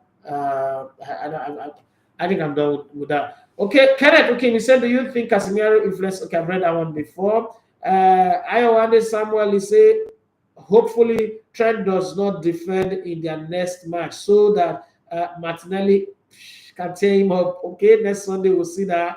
Official Sylvester Sly say I will pick Reece James over Trent anytime and any day. Okay, Trent is good, but James does show us say Trent is overrated. Until James win all those things that Trent have won with Liverpool and also responsible for the number of assists that Trent have been responsible for, maybe you are just talking up Trent and Reece in a hurry. Okay, I just wanted to know if you take him to the World Cup. Of course, I will take him to the World Cup because at the end of the day, look at Pavard. So look at the France team on 1998. You have Lizarazu, Desailly, Frank Lebov. What's the other guy? The other French guy that became a coach. Oh Jesus. The present coach right now. No. That's the defensive midfielder. There's another centre back that became a coach. So Lebov went to Chelsea. The one that played for Manchester United. Jesus Christ, I'm growing old. I'm forgetting names now. There's Lilian Thuram, there's Frank Lebov, there's Desailly, there is Bizato Lizarazu. Deschamps or what? No, Deschamps is a defensive midfielder. Laurent something. Blanc. Okay, his name is Blanc. You look at that team. Johnny Gaffer, thank you very much. Yeah, did there. Blanc. You look at that team. So going to the World Cup, Bizato Lizarazu was not in the best form. All right. I had injuries. He was playing with Bayern Munich, I think. It went from, when Bayern beat Bordeaux in the finals of the UEFA Cup, he now went to play for Bayern. He got injured for like 9 months and then he came back. It was not in the best element. But the coach, I'd seen him work with him for some time and knows that this guy is good. He came to the World Cup and Blanc was, Bizato Lizarazu was top of the line. Even Lilian Thuram. Lilian Thuram was shredded in the French media that was lazy, was heavy, he runs like an elephant. Those were the words that were used in the French media at the time. But then he went to the World Cup, it was rock solid. When the coach decided I was going to take Romario to the 2002 World Cup, everybody said he was crazy. Ronaldo da Lima. I was crazy. Ronaldo had not played for like 18 months and his tendons are not good. It wasn't there. But it took him 2 months. It was the first camp. It took him 2 months to burn the fat, and then he came in. What did he do? He won the Heisman. So people say, no, Ronaldo is exceptional. Yeah, people say that. But at the end of the day is you need some kind of players that just come into the team and do well. I think for the kind of goals that Harry Kane scores, a Trent Alexander-Arnold supply will be good. Now, would they take Reece James to the World Cup? Yes, they will take Reece James. But if you take a Reece James and he gets injured, who comes in? Spinazzola, we saw Spinazzola for the Italian team at the Euros. Let's say he didn't have a backup. You take him there, and then he got injured. Because before he got injured, for me, he was my man of the tournament, my player of the tournament. And then he got injured. But then they still find a way to get the team going. So I think that I would take him to the World Cup. I don't think it's all that bad. It's not all that bad. He adds to the attacking play. England, most of the games that England will play, they will dominate possession. So when you dominate possession, come on, look at Netanyahu Igbori. Look at how he's playing for Man City. Because they dominate possession. Netanyahu is not a good defender. Yeah, I would jump up out of my seat if Arsenal signs him. But because he's playing for a team that is dominating possession, we see how good he can be. Now they say, oh, they put him in the game because he can run. Wrong way. Are we running athletics? Is it 100 meters? You know what I'm saying? So sometimes it depends on, it's predicated on the kind of game that you will play, right?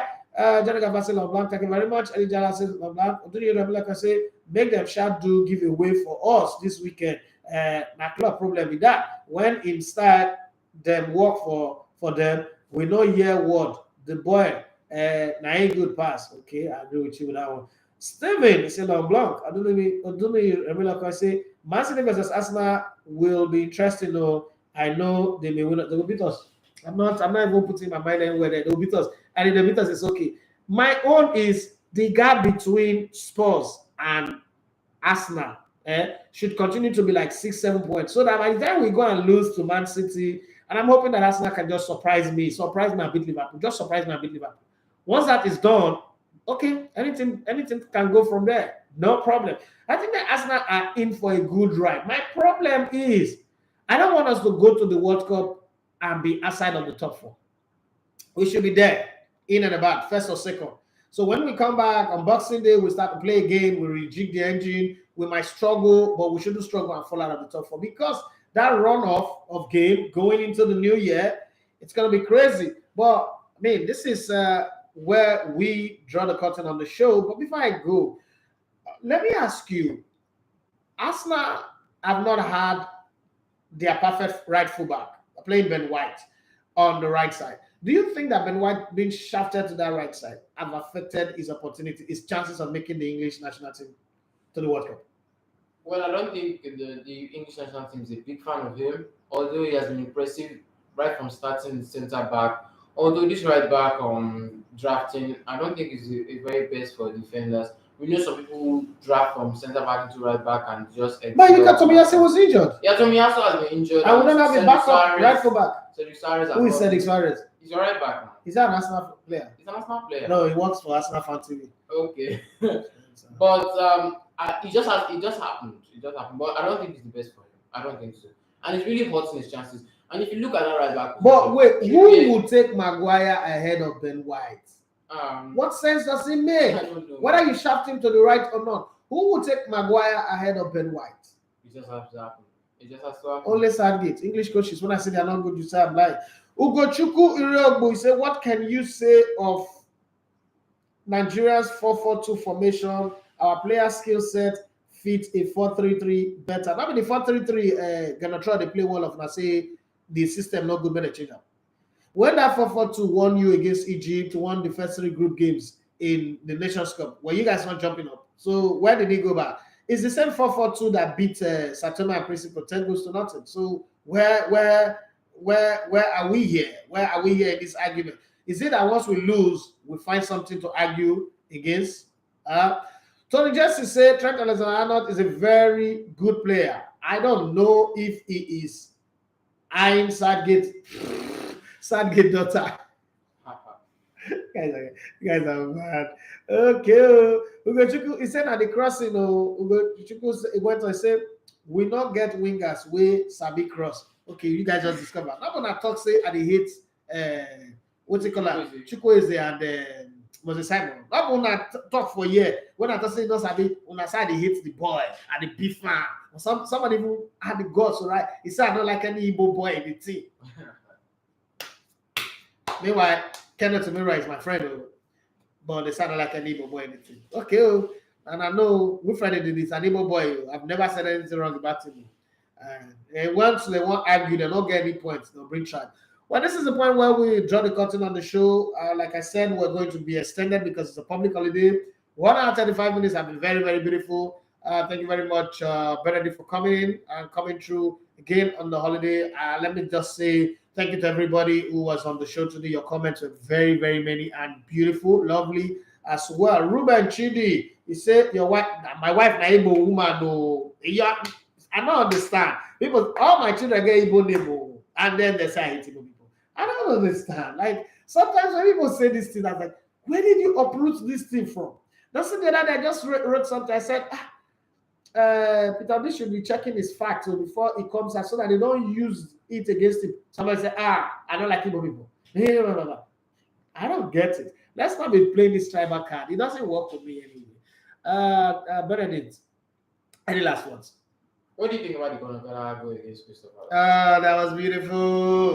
That was Okay, I didn't say anything. Shit. No, it's gonna see. I'm an Arsenal fan, and my Ghana brothers. This is not me. If you check my tweets, I was lavish with praise for Thomas Partey because I've been yabbing him like he can't shoot to save his life. So I love the goal that Thomas Partey scored because of the timing of the goal. Yeah. But again, timing is also very, very key. I don't think I've ever scored a goal like that in my life. The one that Conor Gallagher scored. The heart to come in. And see, I don't get the kind of mind where some of these players get. When he scored that goal, if not me, I'll celebrate. Because we've been struggling. I don't care whether I play for Crystal Palace. I will celebrate. My parent club is Chelsea. We need this win to, our life depends on it. And Jesus Christ, that goal was beautiful. I like the Thomas Partey goal. Better. Yeah, no, the Conor Gallagher's goal is better. I like the Thomas Partey goal because of who he is. Okay, Conor Gallagher come across as a guy, as a young kid who would do that. Because when I was younger, I did a whole lot of shit. There was one goal that I did score, which would have been my trophy goal. One stupid. It's in training. It's not in my situation. It's in training. But I've never had a ball like that in my life. Like this, they served the ball from man. The goalkeeper served the ball. I was running. I already knew where the ball was going to be. And then this goalkeeper was coming. I was like, are you stupid? It's me. What I normally would do is control the ball and dribble the goalkeeper. And I use my knee to kneel the ball over his head. The ball I went to go and knock the bar, and the keeper saved it. That's also a goal I missed in Ekpoma and Bruce Aliko. It was a last kick of the game. They changed me in last kick of the game. I caught this ball, dribble 6 players. See me, see goal. I bend the ball knocked the bar. Go over. Like those are but that kind of Gallagher's goal was beautiful. The angle, the way it moved. So there was one move by Grealish that should have made it, but Grealish knows how to play ball. Not get sense. They should have given him the chance to bend the ball like that, even if the goalkeeper saved it. I always say that, give it a try. You don't have to score, but even if you miss it, you're already training yourself to know how to do that.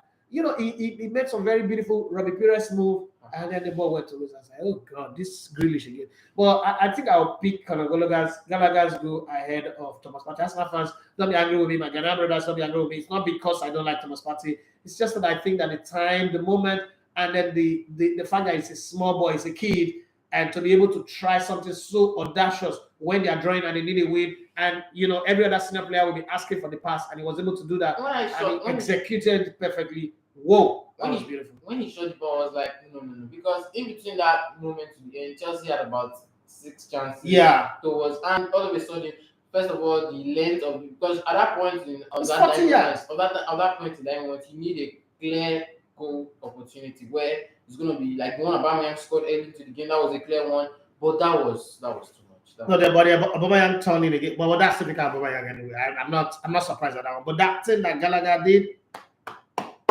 thumbs up for him. Thumbs up. That's a nice one. Well, this is where we pack our bags and baggages and leave. Thank you very much, Benedict. Thank you very much to everybody who was on the show today. God bless you. Let's do this again tomorrow. But you know how it is. I'm not streaming tomorrow because it's Tuesday. Manuel Sebastian and Benedict will be in the studio. We'll record it and we'll be out on the channel. Please do well to subscribe to the YouTube channel if you have not. And if you have, please when we drop our content, help us to engage in the conversation, because now sponsors are checking our engagement before they would even talk to us. And some sponsors were talking to me this morning and they say, oh, your channel is good, what you're doing is great, it's brilliant, but your engagement is still low and all that. So please help us so that we can keep this place. This office, I want to rip it apart and redesign, but I don't have the funding, especially with my son, you know, gotten all the money for treatment and all that. So please help us to engage us in the comment section and introduce other people to our channel. God bless you and have yourself a wonderful day. Bye-bye. And then again, it's Idafi Matthews. You're going to love to come in the Thomas spot. And it's been lovely hanging out with Benedict, Benedict Eki, and who is also like improving on the seconds billing. I like what I heard today.